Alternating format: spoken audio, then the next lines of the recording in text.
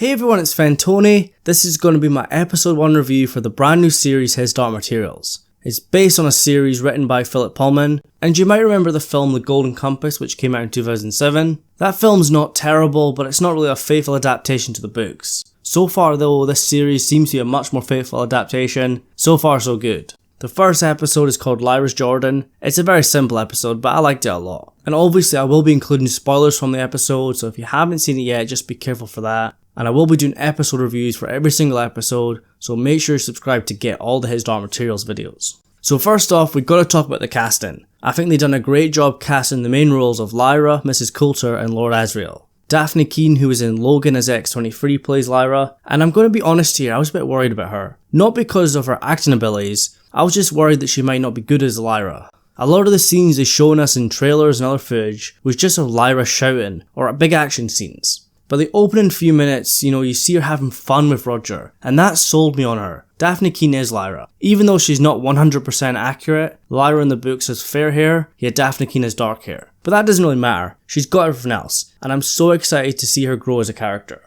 And guys, I won't be spoiling stuff from future episodes. If you've read the books, you know what happens, but there's going to be a lot of people that haven't read the books watching this series, and I don't want to spoil it for them. Even though the BBC have released a massive season 1 preview that has a lot of big spoilers in it. But Northern Lights is a very special book, and I hope they keep it as faithful as possible. First episode's good so far. So the next character we have to talk about is Lord Asriel. He's played by James McAvoy, and I was a bit worried about him. James McAvoy is a big name, and it can be a bit distracting. Especially when you have an actor who's not really famous for one character. Probably his most famous is Charles Xavier from the new X-Men films, but he's not really got a signature role. But I must say, he was really good as Lord Asriel. He admitted that he read the books years ago, and I think he plays Asriel so well. He really captures the character. And as for Ruth Wilson, who plays Mrs. Coulter, I think she was perfect. From her looks, how she sounds, how she acts, and I think she's going to be the standout character in the first season. And if you've read the books, you know it's only going to get better from here.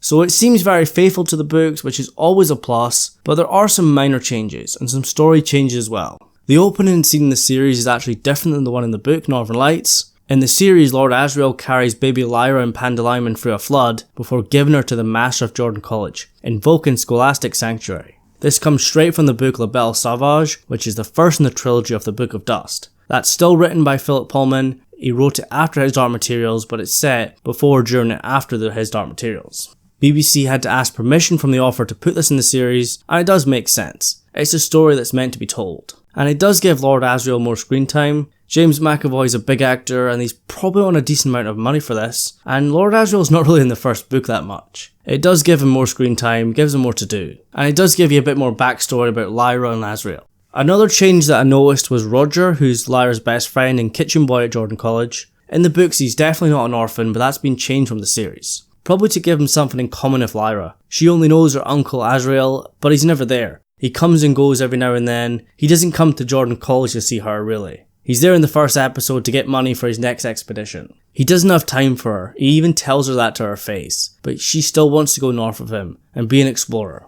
Another minor change was Lyra's demon Pandaliman. He takes the form of a pine marten, which doesn't happen till later in the books. And Lyra does ask Mrs. Coulter if they can take Roger with them to London, and Mrs. Coulter agrees. But in the books he's already been captured by the Gobblers. It's not really a massive deal, but it did strike me a bit. Because in the books, when Roger's taken, Lyra kinda forgets. At first she's a bit very sad and wants to find him, but once Mrs. Coulter invites her to London, she kinda forgets about it. She's too busy being excited about that. But they've changed that in the show, and she wants to rescue Roger, and it seems like London's the best place to find him. It seems like the Egyptian's role is going to be expanded as well. That Tony Costa coming of age scene when his demon takes on a permanent form, and he gets that ring, I don't think that's in the books. Tony's brother Billy's been captured by the Gobblers, and I think just like in the Golden Compass, Billy's role is going to be combined with Tony Makaros, who appears later on. Billy's demon in the show is called Rata, and that's the same name as Tony Makaros' demon, who appears later, like I said. So it's likely they're going to combine both roles. It's not a massive change, and it has happened before, and it kinda does make sense.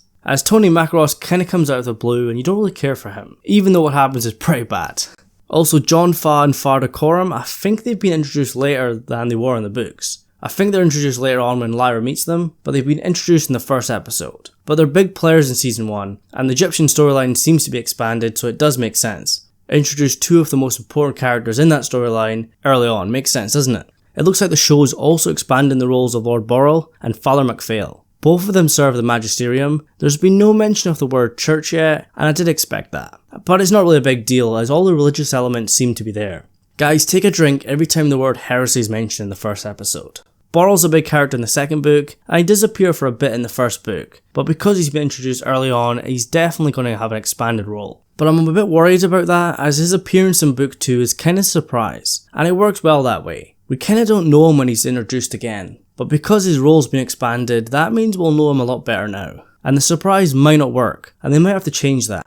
And as for Father MacPhail, he's the president of the Constorial Court of Discipline. Likely he's going to be the face of the Magisterium. And also the Gobblers, there's a guy with a fox demon, he seems to be the face of the Gobblers. I don't remember him from the books. I'm sure there's more changes out there, but I've only seen the episode a couple times, and I don't want these videos to become an essay. They're just my thoughts and feelings and some things I've picked up on. But so far it looks good, and I'm excited to see where they can go from this and if they can keep it up. The series also looks great visually. Sometimes when you see everyone, the demons are hidden, because you can't have a demon on screen all the time, but when the demons are there they look good. Getting the demons to look right and move properly was probably one of the hardest tasks, but they've done well. But I will admit, the first episode is not a very easy episode to sell people in this series. It is a bit boring, kinda, especially if you've not got emotional ties to the series through the books. The first episode's job was to introduce the concept of the different worlds, Lyra's world and demons, characters like Lyra, Asriel, Mrs. Coulter, explain the relationship between Lyra and Asriel, introduce other characters as well, have the Master give Lyra the alethiometer, send her on her way to London.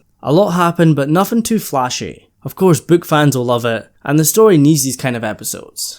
If you go all hard with action and big scenes in the first episode, without explaining and setting up the world, that can cause major problems in your story. This episode sets a lot up, and non-book fans might be a bit confused, but you're kinda meant to be a bit confused after this episode. Dust has been mentioned several times, but just like Lyra, you've got no idea what that means. It's a very complicated story, but just like the books, I hope this series can make it work.